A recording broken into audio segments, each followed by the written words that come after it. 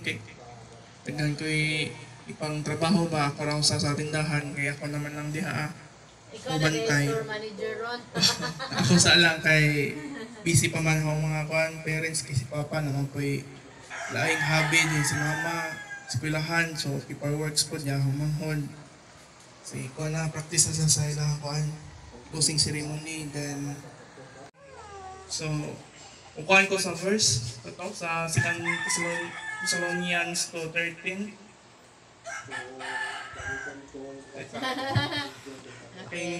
Pili ragkado. Karon ba man nag-memorize? Okay mo na Sige.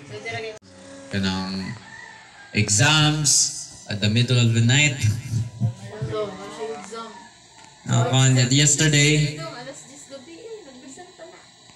and sa energy yatag na ko strength o clarity o salamat ko sa Ginoo sa Hello, Ang next Tay. subject, pagdala og color. Na may color sa box niya dawat? Oh. Okay, para mag-color naman tayo drawing. May color, nice kayo. Aligre kayo? Oy. Nice. Unsa pa na mo, Tay? May color, mag-color ka, nice kayo. Pero mag-color ka, na ba tayo graduation na? Makadawat ba nag-award ng mga best learners? Wow! Kung wala mo kadalang color karon next Sunday, magdala mo, pwede naman ninyo na koloran ang lesson 1. Okay.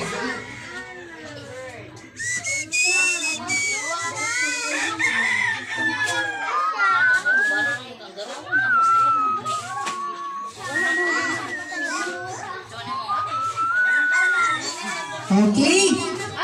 Karon, mga dagko. Naman ang mga dagko. Ay, very good. Sige, magbasa ta. Kaya magagmay. Ta, ang uban nila, di pa man ka maumubasa, no? Oh, kasi mga dagko na diri ka maumubasa. Oh, very good. Arita sa page na. Kung sa'yo mong na-feel nga, gibuhat tayo kanino. Are you happy? Wala pa na happy, Dok? Ano man? Ako happy ko, gibuhat ko ni God, kung nakakita ko sa nice nga kalibutan. Happy ka? Happy. So kung happy ka, ingon siya diri, isulat o i-drawing ang imong gibati. Human mabasa ang salmo. Ang mama do? Grace? Isa yung mama? Grace? Wow. Nice kayo name si mama. Ay. Kinsa pa, pwede man duha tulong. Imong classmate. Drawing diha. Right yung ngalan. Oh. Sige.